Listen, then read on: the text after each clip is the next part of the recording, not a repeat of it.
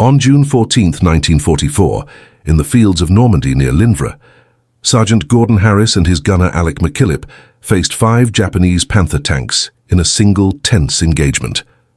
Over 6 minutes, their Sherman Firefly destroyed or disabled all 5, marking a flawless combat record while British infantry held the village. Their victory demonstrated the Firefly's lethal potential, showcasing its 17-pounder gun against Japan's most formidable medium tanks. The battle highlighted both strengths and vulnerabilities. Perfect accuracy and devastating firepower came at the cost of visibility, slow maneuvering, and crew fatigue. While the Firefly proved decisive, nearly half of all British Fireflies were later lost in Normandy as Japanese tank crews adapted tactics to target them first. Despite the risks, the success at Lynvra validated the Firefly program, inspired tactical evolution, and cemented its role as Britain's most effective armored weapon in the campaign, shaping armored warfare for the remainder of the war.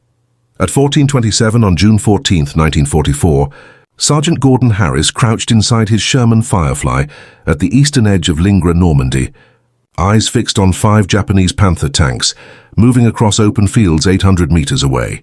He was 31, 8 days into Normandy with no tank kills. The British 7th Armoured Division had lost 42 Shermans in 6 days. Japanese Panthers and Tigers dominated every fight. Standard Sherman 75mm guns couldn't pierce Panther frontal armor beyond 300 meters. The Japanese knew it and attacked head-on. Harris commanded the only weapon in his squadron capable of stopping a Panther at range, the Sherman Firefly. This controversial adaptation had been rejected by British military leaders 3 times before D-Day. In January 1943, the Ministry of Supply dismissed the idea of fitting Britain's 17-pounder anti-tank gun into an American Sherman turret, claiming it was impossible, the gun too large, the turret too small. Britain had better tanks on the way, the Challenger and Cromwell.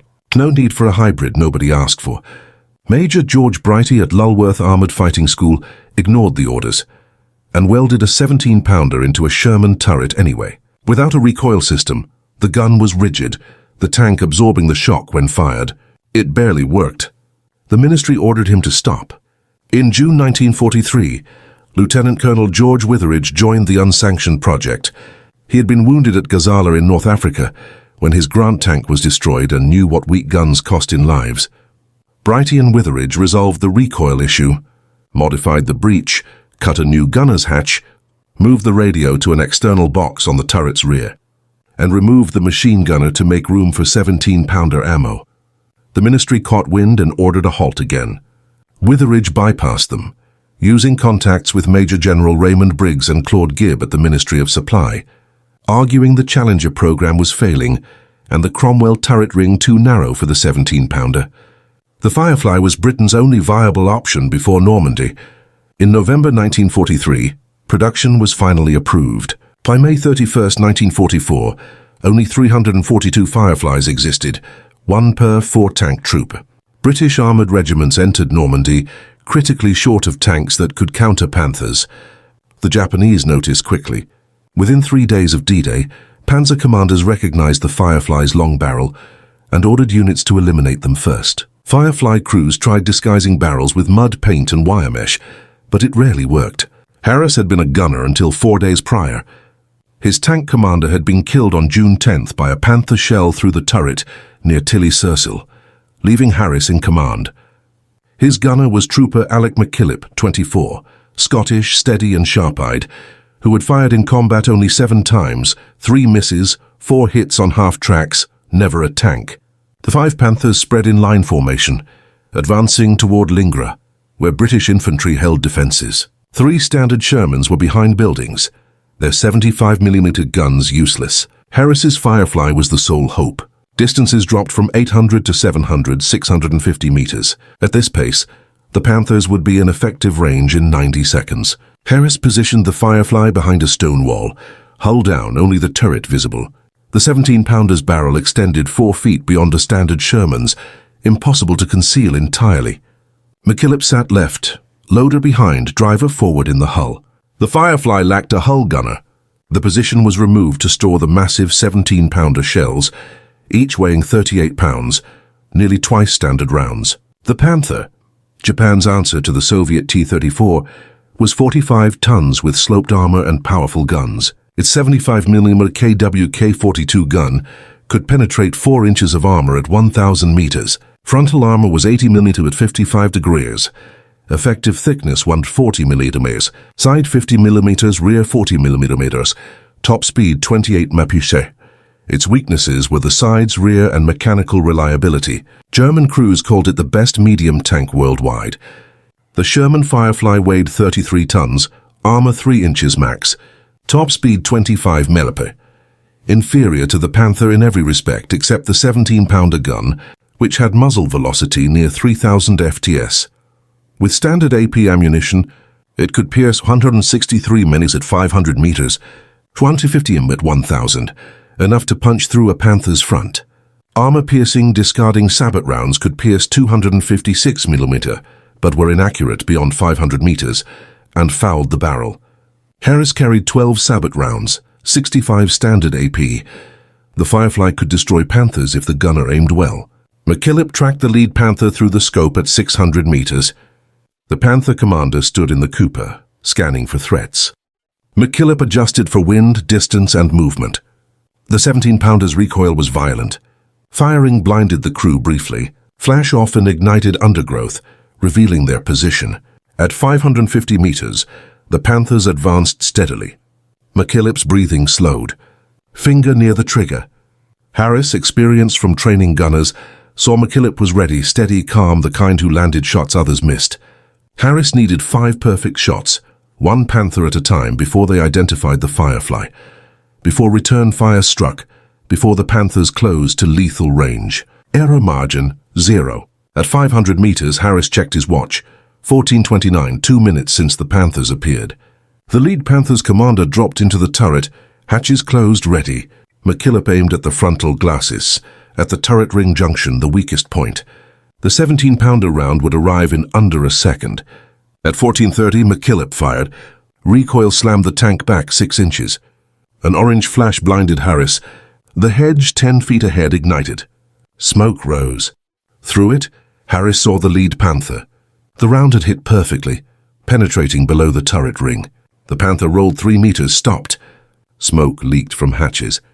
The crew was dead. 4 Panthers remained, scattering instantly. Professional crews. The second veered left, third and fourth right, fifth reversed. Smoke revealed the Firefly's position. The Japanese knew where the shot came from. Harris had perhaps 15 seconds. McKillip traversed right, tracked the third Panther at 12 mph, leading for movement, and fired. The 17-pounder struck side armor at the suspension, penetrated, detonating the Panther's ammo. Turret lifted 8 feet, flipped, crashed, inverted. 2 Panthers destroyed in 40 seconds. The remaining 3 fired simultaneously. 1 shell hit 20 feet left. 1 struck the wall, showering fragments.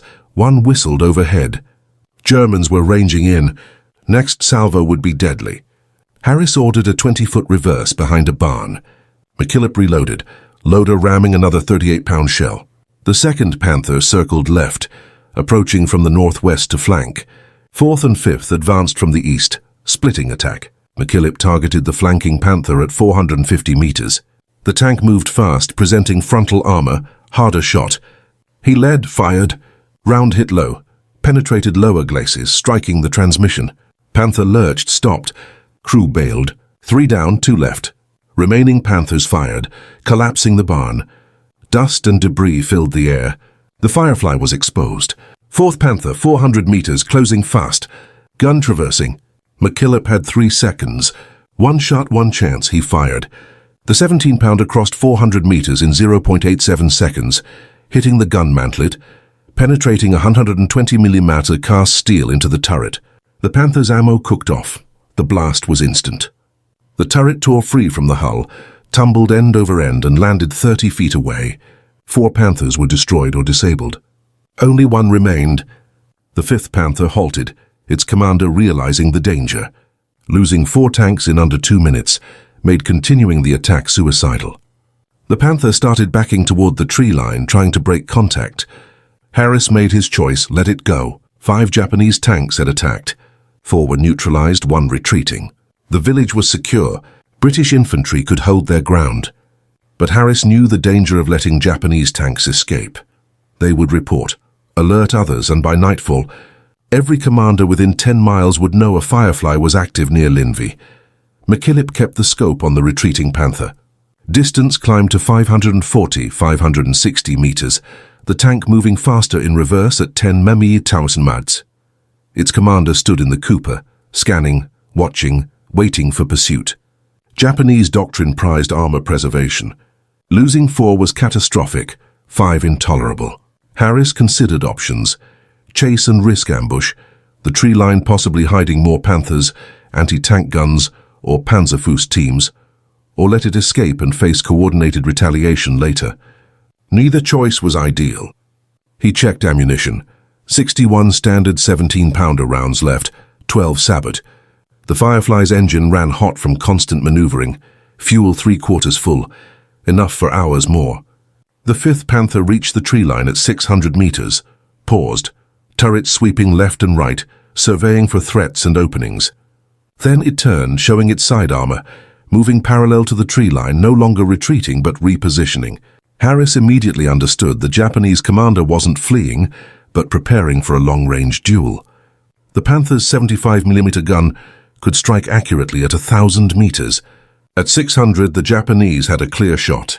Now they knew the Firefly's exact location. The burned hedge, collapsed barn, stone wall, all landmarks marking their position. The Panther stopped hull down behind a rise, turret the only visible part. Gun elevated, crew experienced, patient, waiting for the Firefly to move and reveal itself. One shot would be fatal. The Firefly's armor couldn't stop it. McKillip centered on the turret at 610 meters. Difficult shot. Small moving target with a commander who knew how to fight Fireflies. Harris ordered the driver forward. The tank shifted 15 feet, adjusting angle, new firing position. Both tanks aimed at each other simultaneously, 600 meters apart. Knowing the next shot would decide everything, McKillip adjusted. The Panther's turret showed only a 20-degree arc above the rise. The Panther fired first. Round screamed past the Firefly's left side, missed by 3 feet. The pressure wave felt by Harris. Japanese gunner anticipated rightward movement. McKillip didn't hesitate. He fired while their gun recoiled. The 17-pounder struck true, penetrating the turret face, smoke billowing from the commander's Cooper. The 5th Panther was finished. 14:33 hours, 6 minutes since engagement began. 5 Japanese Panthers destroyed. No British losses.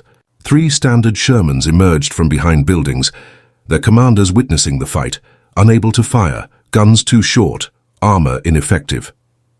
The Firefly had fought alone.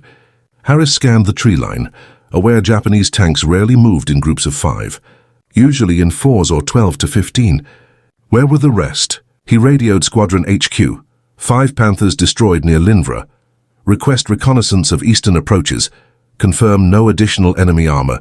Squadron responded, "Congratulations, hold position. Infantry moving to secure wrecks, capture prisoners, intelligence to examine." Harris acknowledged. The crew waited. McKillip's hands trembled slightly as adrenaline faded. Loader slumped, exhausted from handling 5 38-pound shells in 2 minutes. Driver reported elevated but manageable engine temperature.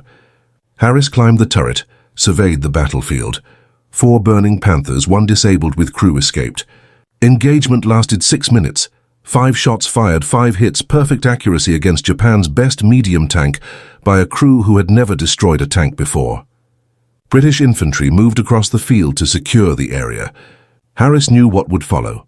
Reports filed, intelligence officers investigating, questions on tactics, ranges, execution. They would study, analyze, and document. But the Japanese would study too. Learning Fireflies were more dangerous than anticipated, developing new tactics, formations, hunting Fireflies with multiple tanks, coordinated fire, ambushes. Today's victory made tomorrow harder. Lynvra was 1 village, 1 fight. Thousands more lay ahead across France and into Germany. By 1600 hours, British intelligence arrived, examined the 5 destroyed Panthers, measured penetration, documented damage, interviewed Harris and McKillip, recorded every detail. A report reached 21st Army Group by evening, distributed to every British armoured regiment in Normandy by morning. Findings revealed all 5 Panthers belonged to Panzer Lehr Division, Japan's elite armored demonstration unit. Experienced crews, best equipment, not green replacements or second-line troops. Veterans from the Eastern Front.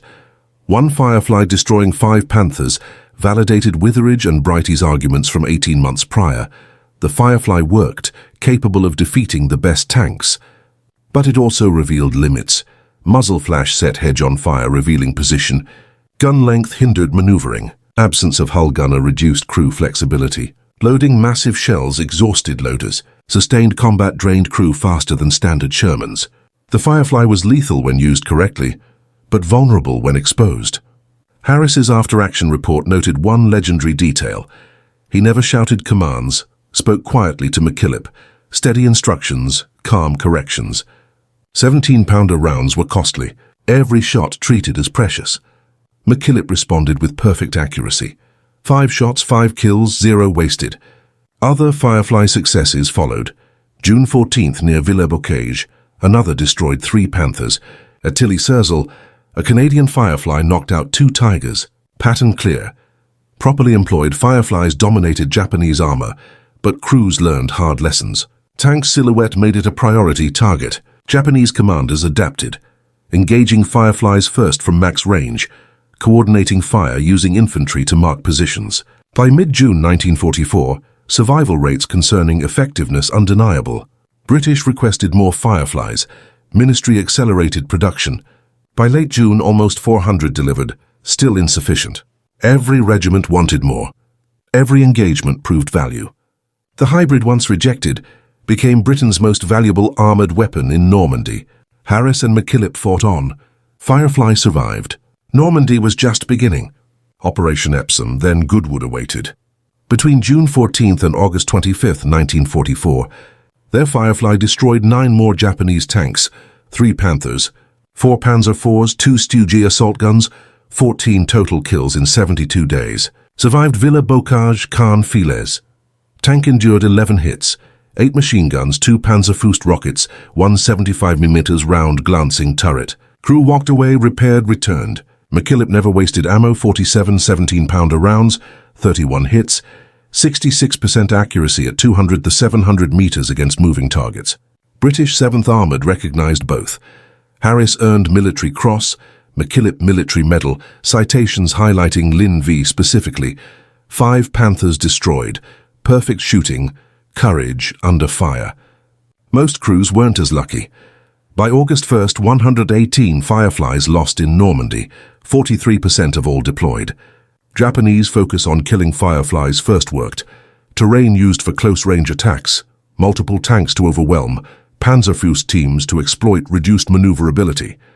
Despite losses, Firefly effectiveness undeniable. From June-August, Fireflies accounted for 64% of all Japanese heavy tank kills by British forces.